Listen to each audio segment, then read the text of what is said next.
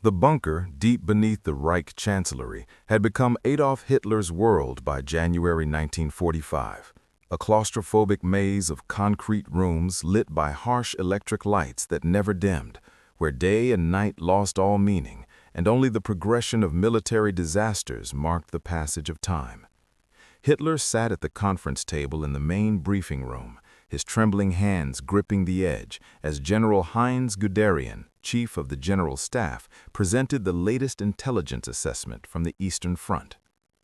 The air in the bunker was stale and heavy, recycled through ventilation systems that could not entirely remove the smell of damp concrete, cigarette smoke, and the accumulated odor of too many people living too close together in sealed spaces. The walls wept with condensation despite the heating systems. The constant hum of generators and air circulation created a background noise that never ceased, a mechanical drone that framed every conversation and made silence impossible. Hitler's physical deterioration had accelerated in recent months. The tremor in his left hand had spread, affecting his entire left side. His posture was stooped, his movements uncertain. The legendary intensity of his gaze had been replaced by a watery, unfocused quality that suggested both physical illness and psychological distress. He ate little, slept poorly, and relied increasingly on medications prescribed by his personal physician. The man who had dominated Europe through force of will now appeared diminished, aged beyond his years, hollowed out by stress and the accumulating weight of catastrophic decisions. The maps spread before them told a story of catastrophe. Red Army forces had crossed into Germany itself, not in isolated penetrations that could be contained, but in massive breakthroughs that had shattered the defensive lines and poured hundreds of divisions into the Reich. East Prussia was cut off, surrounded by Soviet armies that had driven to the Baltic coast. Silesia, the industrial heartland that Germany desperately needed, was being overrun. The Vistula River line, which was supposed to be the last major defensive barrier before Berlin, had already been breached in multiple places. But it was not just the tactical situation that Guderian was reporting. It was the strategic reality that the maps revealed. The Soviet Union now controlled virtually all of Eastern Europe. Poland, the country whose invasion had started the war, was completely under Red Army occupation. The Baltic states had been reabsorbed into the Soviet Union. Romania had switched sides and was fighting alongside Soviet forces. Bulgaria had capitulated. Hungary was being systematically conquered despite German resistance. Yugoslavia was being liberated by communist partisans supported by the Red Army. Czechoslovakia would soon fall to Soviet occupation. Hitler stared at these maps with eyes that had grown hollow and aged beyond his 55 years. His face was pale, his movements jerky from the tremor that had become more pronounced with each passing month. The uniform that had once fitted his frame now hung loosely, evidence of weight loss and physical deterioration. But it was his expression that revealed the depth of his comprehension, a mixture of rage, denial, and the dawning realization that the empire he had built in the East was not merely lost, but had been replaced by something far more formidable than what had existed before. Guderian continued his briefing with the methodical precision of a professional officer delivering unwelcome news. Soviet forces now numbered in the millions along the Eastern Front, supported by thousands of tanks and aircraft, backed by industrial production that exceeded Germany's capacity, despite years of strategic bombing by the Western Allies. The Red Army that had nearly been destroyed in 1941 had been rebuilt into a military machine more powerful than anything the Tsars had ever commanded. The Führer interrupted with a question that was almost a whisper. How had this happened? How had the Soviet Union, which had been on the verge of collapse in 1941, which had lost millions of soldiers and vast territories, which had seen its industrial centers overrun or besieged, emerged as the dominant power in Eastern Europe? How had the Wehrmacht, victorious in 1941 and 1942, been reduced to desperate defensive actions while Soviet forces advanced at will? Guderian's response was carefully worded but honest. The Soviet Union had mobilized its vast population and resources in ways that Germany had not anticipated. Soviet industrial production, relocated beyond the Urals and beyond the reach of German forces, had outproduced German factories despite starting from a lower base. Soviet generals had learned from their defeats, had adapted their tactics, had created an operational doctrine that exploited German weaknesses, and the Red Army had been willing to accept casualties on a scale that would have broken any Western nation's will to fight. But beyond these military factors, Guderian continued, there was a fundamental strategic miscalculation. Germany went to war with the Soviet Union believing it could achieve a quick victory before Soviet resources could be fully mobilized. Operation Barbarossa was designed as a lightning campaign that would shatter the Red Army in the border regions and cause the Soviet state to collapse.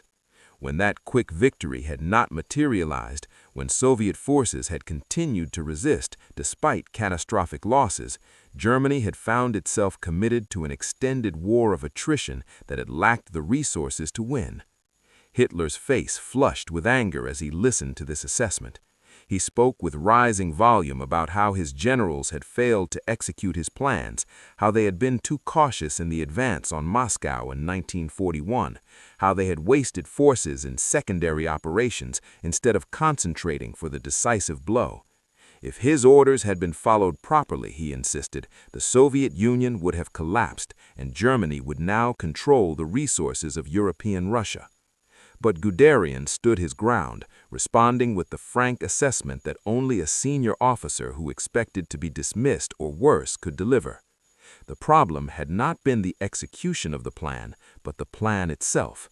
The assumption that the Soviet Union would collapse after initial defeats was wrong. The calculation that Soviet industrial capacity could be destroyed or captured before it could be relocated was wrong. The belief that Soviet soldiers would not fight for a communist regime was wrong. Every fundamental assumption underlying Operation Barbarossa had proven false. Field Marshal Wilhelm Keitel, who had been standing silently near the wall, attempted to interject with more diplomatic language, but Hitler waved him off. The Führer demanded to know the current situation in detail, which territories the Soviet Union now controlled, which nations were under Soviet occupation or influence, and what the Red Army's next objectives would be. Guderian returned to the maps and began a systematic review. The Baltic states, Estonia, Latvia, and Lithuania were now Soviet territory, as they had been briefly before the war. The boundary changes would be permanent. Stalin had made that clear in diplomatic communications. Poland was occupied by the Red Army, and a communist provisional government had been established in Lublin under Soviet protection. The Polish government in exile in London had no power and no prospects of returning to govern their country. Romania and Bulgaria had governments that answered to Moscow. Their armies were now fighting alongside Soviet forces against Germany. Hungary was being conquered despite German efforts to hold Budapest. Yugoslavia would soon be under the control of Tito's communist partisans supported by the Red Army. Czechoslovakia would inevitably fall to Soviet occupation as Red Army forces advanced from the east and Slovak partisans rose in the west. Beyond these territorial controls, Guderian continued, Soviet influence was spreading through communist parties and resistance movements across Europe. In France and Italy, communist partisans had gained prestige through their role in fighting the Germans. In Greece, communist forces were positioning themselves for post-war power. Even in Germany itself, the Soviets were identifying communists who could form a nucleus of an occupation government. Hitler stood abruptly and began to pace, his movements agitated and uneven. He spoke about how this was exactly what he had warned against, how he had understood from the beginning that Bolshevism represented an existential threat to European civilization. The war against the Soviet Union was necessary, he insisted, not for territorial conquest, but to prevent this very outcome: Soviet domination of Eastern Europe and the spread of communism across the continent. The Führer's voice took on a bitter, almost plaintive tone as he continued. He had tried to make the Western Allies understand this threat. He had believed that Britain and America would recognize that a Soviet-dominated Eastern Europe was as dangerous to them as it was to Germany. He had expected that once the Western powers saw the Red Army advancing westward, they would seek accommodation with Germany to create a united front against Bolshevism. But the Western Allies had not seen it that way, or if they had seen it, they had not acted on it. They continued to demand unconditional surrender. They continued to bomb German cities and advance through France and into Germany from the west. They seemed more concerned with destroying Germany than with preventing Soviet expansion. This incomprehension, this strategic blindness on the part of Churchill and Roosevelt, meant that Germany faced destruction while the Soviet Union emerged as the dominant power in Europe. General Alfred Jodl, chief of the operations staff, ventured to speak about the Western Allied perspective. From their viewpoint, he suggested, Germany had started the war through its invasions of Poland and France. Germany had allied with the Soviet Union in 1939 to partition Poland and had only turned against the USSR when Hitler decided to attack. The Western Allies saw Germany, not the Soviet Union, as the primary aggressor and threat. Their strategic priority was defeating Germany, and if that meant cooperating with Stalin, they were willing to do so. Hitler rejected this analysis with contempt. The Western leaders were fools, he said, blinded by their hatred of National Socialism to the point where they could not see the greater danger. The Soviet Union was not simply another nation-state pursuing traditional power politics. It was an ideological movement aimed at world revolution, at the destruction of Western civilization and its replacement with communist totalitarianism. By destroying Germany, the Western powers were removing the only force capable of containing Soviet expansion. The Führer returned to his chair and slumped into it, suddenly looking exhausted. He spoke more quietly about what Soviet control of Eastern Europe would mean. Millions of ethnic Germans in Poland, Czechoslovakia, and Hungary would be under Soviet rule or expelled from their homes. German culture and influence in these regions, built up over centuries, would be eradicated. The economic resources that Germany needed, the agriculture of Ukraine, the oil of Romania, the industries of Silesia, would be controlled by Moscow. Beyond these immediate concerns, Hitler continued, Soviet domination of Eastern Europe would pose a permanent threat to whatever remained of Germany after the war. The Red Army would be positioned on the Elbe River, deep in the heart of Europe. Soviet air bases would be within range of any German industrial centers that survived the war. Communist influence would spread westward from the occupied territories, undermining any German government that emerged from defeat. Guderian added a military perspective to these concerns. The Red Army in January 1945 was the most powerful land force on Earth, more powerful than the Wehrmacht had been at the height of German victories. Soviet tank armies could conduct operations of a scale and sophistication that exceeded anything Germany had achieved. Soviet artillery could deliver firepower that dwarfed German capabilities. And Soviet numerical superiority meant that losses that would cripple German forces were absorbed and replaced by the Red Army without operational impact. This military superiority, Guderian noted, was not temporary. The Soviet Union controlled territory from the Pacific to the heart of Europe, encompassing vast resources and population. Soviet industrial capacity would continue to grow after the war ended. Soviet military forces would remain mobilized, unlike the Western Allies who would presumably demobilize and return to peacetime economies. The balance of power in Europe had shifted fundamentally and permanently. Hitler asked about the Western Allies' post-war intentions. Would Britain and America occupy Western Europe indefinitely to balance Soviet power in the East, or would they withdraw across the Atlantic and leave Europe to Soviet domination? The answer to this question would determine whether any part of Europe retained independence or whether the entire continent fell under communist control. Keitel responded that intelligence on Western Allied intentions was limited and contradictory. Some American officials spoke of withdrawing from Europe quickly after Germany's defeat. Others talked about maintaining occupying forces and supporting European reconstruction. British intentions seemed more oriented toward remaining engaged in European affairs, but Britain was exhausted by the war and increasingly dependent on American support. The most likely scenario, Keitel suggested, was that Europe would be divided between Soviet and Western spheres of influence. The Red Army would control Eastern Europe and probably Eastern Germany. Western forces would occupy Western Europe and Western Germany. This division would presumably be formalized through diplomatic agreements at the peace conference that would follow Germany's surrender. Hitler seized on this assessment with renewed agitation. A divided Europe meant a divided Germany, with the eastern portion under Soviet control. Berlin itself would likely fall within the Soviet zone. The German capital, the seat of German power and culture, would be ruled by communists appointed by Moscow. The thought seemed to physically pain him, his face contracting as he contemplated this outcome. The Führer began to speak about alternative scenarios, his tone becoming increasingly detached from reality. Perhaps German forces could stabilize the Eastern Front, could hold a line protecting Berlin and the core German territories.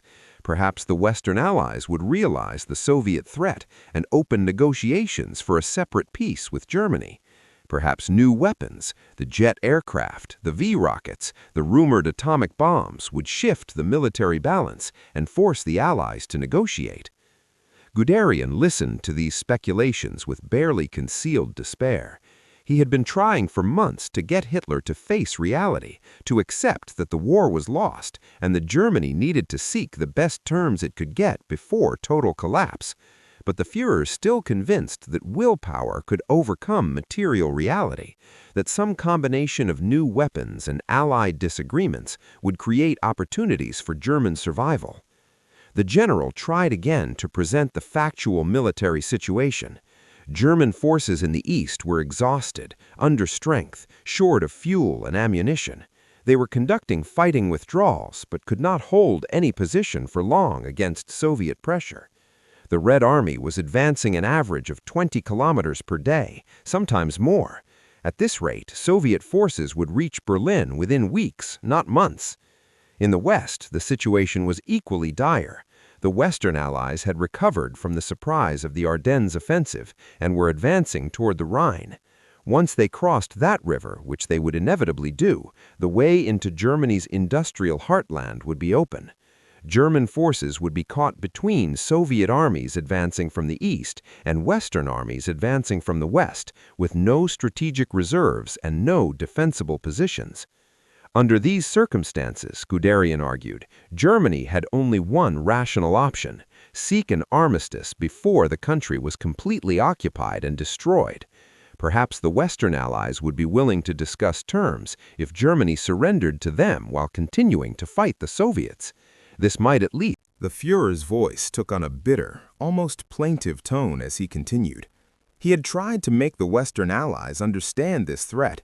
He had believed that Britain and America would recognize that a Soviet-dominated Eastern Europe was as dangerous to them as it was to Germany. He had expected that once the Western powers saw the Red Army advancing westward, they would seek accommodation with Germany to create a united front against Bolshevism.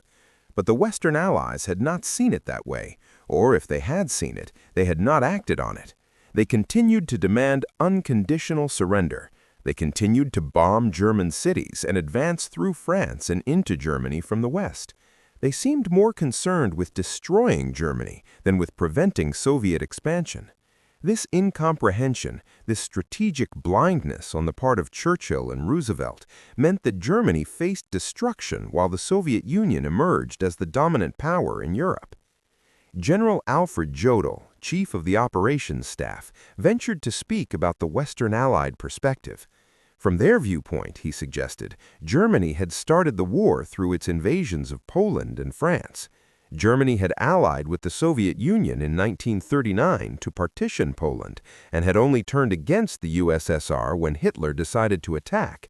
The Western Allies saw Germany, not the Soviet Union, as the primary aggressor and threat. Their strategic priority was defeating Germany, and if that meant cooperating with Stalin, they were willing to do so. Hitler rejected this analysis with contempt. The Western leaders were fools, he said, blinded by their hatred of National Socialism to the point where they could not see the greater danger. The Soviet Union was not simply another nation-state pursuing traditional power politics. It was an ideological movement aimed at world revolution, at the destruction of Western civilization and its replacement with communist totalitarianism. By destroying Germany, the Western powers were removing the only force capable of containing Soviet expansion. The Führer returned to his chair and slumped into it, suddenly looking exhausted. He spoke more quietly about what Soviet control of Eastern Europe would mean. Millions of ethnic Germans in Poland, Czechoslovakia, and Hungary would be under Soviet rule or expelled from their homes. German culture and influence in these regions, built up over centuries, would be eradicated. The economic resources that Germany— This fatalism, this willingness to embrace apocalypse rather than admit defeat, revealed how completely Hitler's thinking had divorced from strategic rationality. He was no longer planning for Germany's survival, but for its martyrdom, for a Götterdämmerung that would destroy everything rather than accept Soviet domination of the East and Allied occupation of Germany. Jodl attempted to redirect the discussion toward operational planning. Regardless of strategic outcomes, immediate decisions needed to be made about force deployments, defensive priorities, and civilian evacuations from threatened areas. But Hitler showed little interest in these practical matters, returning again and again to the larger question of how Soviet control of Eastern Europe had come about and what it meant. The Führer began to articulate a narrative of betrayal and missed opportunities. If his generals had been more aggressive in 1941, Moscow would have fallen. If they had concentrated forces properly in 1942, the Soviet Union would have been split and defeated. If they had not wasted resources in secondary theaters like North Africa and Italy, Germany would have had the strength to hold the East. Every setback in Hitler's recounting resulted from failures of execution by his subordinates, rather than from fundamental flaws in his strategic conception. But underlying this blame-shifting was a deeper recognition that Hitler could not fully articulate even to himself. The war against the Soviet Union had been based on racial ideology as much as strategic calculation. Hitler had believed that Slavs were inferior, that the Soviet state was a house of cards that would collapse under the first blow, that German racial superiority would ensure victory regardless of material factors. These beliefs had proven catastrophically wrong. The Soviet Union had not collapsed. Soviet soldiers had fought with determination and skill that improved throughout the war. Soviet generals had learned and adapted faster than their German counterparts. Soviet industry had outproduced German industry, despite having to relocate factories and operate under wartime stress. And Soviet willingness to accept casualties had exceeded anything Hitler had anticipated, allowing the Red Army to trade lives for time until its material superiority could be brought to bear.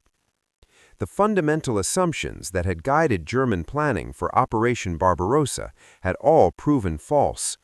The assumption that the Red Army would be defeated in the border battles had been wrong. Soviet forces had retreated and regrouped rather than surrendering en masse. The assumption that Soviet industry could be destroyed or captured had been wrong. Factories had been relocated beyond the Urals, where German forces could not reach them. The assumption that the Soviet people would not fight for a communist regime had been wrong. Soviet resistance had been fierce, even in areas where the population had grievances against Stalin's government. Most catastrophically, the assumption that Germany could achieve a quick victory before Soviet resources could be fully mobilized had been wrong. The campaign had turned into a prolonged war of attrition that favored the side with greater population and industrial capacity. Germany had won spectacular tactical victories in 1941 and 1942, had captured millions of Soviet soldiers, had advanced hundreds of kilometers into Soviet territory. But none of these victories had been decisive because the Soviet Union kept fighting, kept producing weapons, and kept raising new armies to replace those that had been destroyed. Hitler had believed that will and ideology could overcome material factors, that National Socialist Germany could defeat Communist Russia through superior determination and leadership. But the opposite had proven true. Soviet ideology, whatever its flaws, had motivated soldiers to fight with desperate determination. Soviet leadership, initially incompetent, had learned and adapted. Soviet material resources, once mobilized, had overwhelmed German production. The very factors that Hitler had dismissed as irrelevant had proven decisive. Now, in January 1945, the results of these miscalculations were undeniable. The Soviet Union controlled Eastern Europe, commanded the most powerful military force in the world, and was advancing into Germany itself, with nothing effective to stop it. The empire in the East that Hitler had sought to create had instead become a Soviet empire that stretched from the Pacific to the Elbe River. Hitler asked for reports on the situation in specific locations: East Prussia, where German forces and civilians were trapped by the Soviet advance; Silesia, where industrial facilities were being overrun; Budapest, where German and Hungarian forces were making a last stand. Each report confirmed the same pattern. Soviet forces were overwhelming German resistance through superior numbers, firepower, and operational capability. The discussion turned to the fate of German civilians in the Eastern territories. Millions of ethnic Germans were fleeing westward ahead of the Soviet advance, having heard reports of atrocities committed against German populations by Red Army soldiers and vengeful Poles. The roads were clogged with refugees, many of them freezing in the January cold, creating humanitarian chaos and military chaos. Guderian described the scale of the refugee crisis in clinical terms that barely concealed his horror. Entire regions were being evacuated: East Prussia, Pomerania, Silesia, the Sudetenland. Refugees fled on foot, in horse-drawn carts, and in overcrowded trains, carrying whatever possessions they could manage. The winter made the exodus even more deadly, with thousands freezing to death on the roads or dying from exposure in makeshift camps. The military implications were severe. Refugee columns clogged roads that German forces needed for retreat and reinforcement. Civilian chaos interfered with military operations. Resources that should have gone to combat units were diverted to managing or protecting refugees. And the spectacle of German civilians fleeing in terror undermined military morale, making soldiers question what they were fighting for when their own families were being driven from their homes. Beyond the immediate crisis, the refugee situation represented the permanent loss of German presence in Eastern Europe. These were not temporary evacuations from which people would return after military operations concluded. These were final expulsions. The communities that German settlers had built over centuries in Poland, Czechoslovakia, and the Baltic region were being destroyed. Even if some people survived the evacuation, they would not be returning to their homes. The lands they had farmed, the businesses they had built, the churches and schools they had established, all would be taken over by Poles, Czechs, Russians.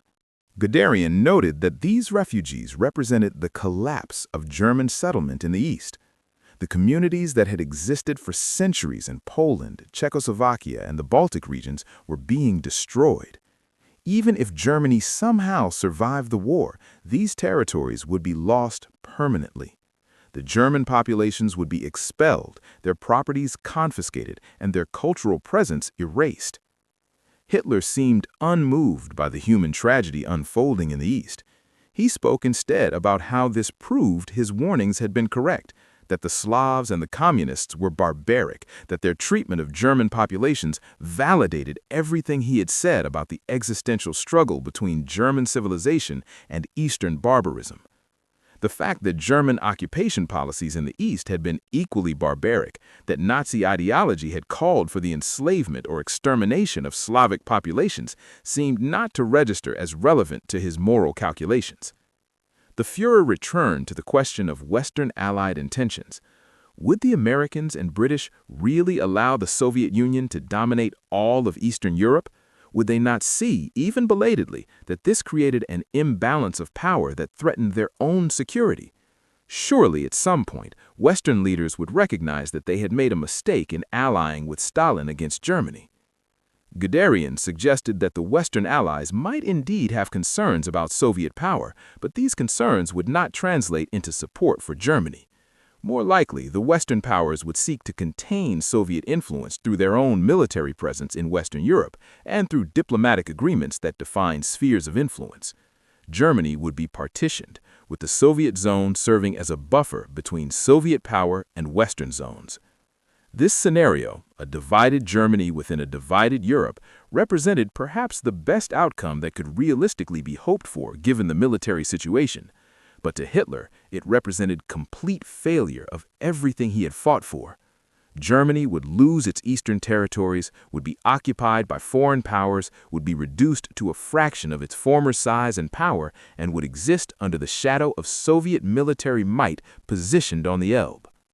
As the briefing continued into the afternoon, the maps on the table remained unchanged, but their meaning became ever clearer. The Soviet Union had won the struggle for control of Eastern Europe. The Red Army's advance was not temporary, but permanent. The territories being liberated or conquered would not return to their pre-war status, but would become part of a Soviet sphere of influence. The balance of power in Europe had shifted decisively, and Germany had been the instrument of its own destruction by starting a war it could not win. Hitler's responses became more erratic as he cycled between rage at his generals, fantasies about miracle weapons and Allied divisions, and moments of bitter clarity about Germany's situation. He spoke about how history would judge him, how future generations would understand that he had been right about the communist threat, even if he had failed to defeat it. He predicted that the Western Allies would come to regret their alliance with Stalin, that they would face Soviet expansion and aggression in the years ahead, and wish they had listened to his warnings. But these reflections did little to address the immediate crisis. Soviet forces were advancing. German defenses were collapsing. The Red Army would soon be at the gates of Berlin, and there was nothing that Hitler or his generals could do to prevent it beyond making the Soviet victory more costly in blood and time. Guderian made one final attempt to discuss practical defensive measures: which units could be moved to protect Berlin, how long the capital could hold out, whether there was any possibility of evacuating the government to continue resistance from Western Germany. But Hitler showed little interest in these details. His focus remained on the strategic reality he had finally been forced to acknowledge. The Soviet Union controlled the East, and that control would not be temporary. The briefing ended without clear decisions or directives. Hitler dismissed his officers and remained alone in the conference room, staring at the maps that showed Soviet-controlled territory stretching from Berlin to Vladivostok. The empire he had envisioned, where German settlements would stretch to the Urals and beyond, where Slavic populations would serve German masters, where the resources of European Russia would fuel German power, that empire existed only in his imagination and in the millions of deaths it had caused in pursuit of an impossible dream. In its place stood a Soviet empire more powerful than anything the Tsars had built, controlling populations and resources that would make the USSR a superpower for decades to come. The war that Hitler started to prevent Soviet expansion instead enabled that expansion on a scale that exceeded even Stalin's pre-war ambitions. Eastern Europe, which Hitler had sought to conquer and colonize, was now firmly under Soviet control and would remain so for nearly a half-century. As evening came to the bunker, marked only by reports from adjutants since no daylight penetrated the concrete depths, Hitler remained at the table, his trembling hands resting on the maps, his eyes staring at the red markings that showed Soviet positions driving ever deeper into German territory. He had learned that the Soviet Union controlled the East, But the learning came too late to matter, at a moment when the outcome was already determined and only the final details of Germany's destruction remained to be written.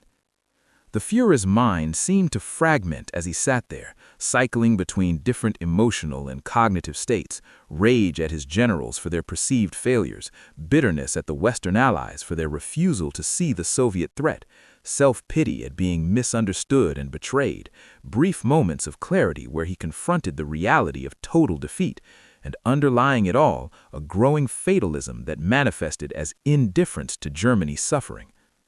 Hitler spoke almost to himself about how the German people had proven unworthy of his vision. If they could not achieve victory, then they deserved whatever fate awaited them. This sentiment, which would become more pronounced in his final weeks, revealed the depth of his narcissism. The war had never really been about Germany's interests, but about his own grandiose vision. If that vision could not be realized, then the nation that had failed to realize it was expendable. Guderian and the other officers present recognized this mindset as both dangerous and pathological. A leader who no longer cared about his nation's survival could not be reasoned with or redirected towards rational decision-making. But they also recognized that there was no mechanism for removing Hitler from power. The military oath was to him personally. The Nazi party apparatus controlled all instruments of state power, and any attempt at a coup would likely trigger civil conflict at the worst possible moment. The war would continue for 4 more months. Soviet forces would encircle Berlin, would fight their way through the city in brutal urban combat, and would plant their flag on the Reichstag. Hitler would retreat further into the bunker, would issue increasingly delusional orders, and would finally end his life as Soviet soldiers fought in the streets above. But the strategic reality he had confronted in that January briefing would not change. The Soviet Union had won the struggle for Eastern Europe, had emerged from the war as a superpower, and created an empire that would reshape European politics for 2 generations. In that underground bunker, in that January meeting where maps told truths that ideology could not accept, Hitler learned what his war had actually accomplished. Not the destruction of the Soviet Union, but its elevation to dominant power in half of Europe. The crusade against Bolshevism had ended in Bolshevism's greatest triumph. The war for living space in the East had ended with Germans fleeing those eastern lands while Soviet forces occupied German territory. Every stated objective had been reversed, every ambition turned into its opposite, every prediction proven false. This was the learning that came too late, the recognition that arrived only when reversal was impossible, the understanding that could not be acted upon because the forces set in motion were beyond control or redirection. The Soviet Union controlled the East, would continue to control it for decades, and Germany bore responsibility for creating the circumstances that made that control possible.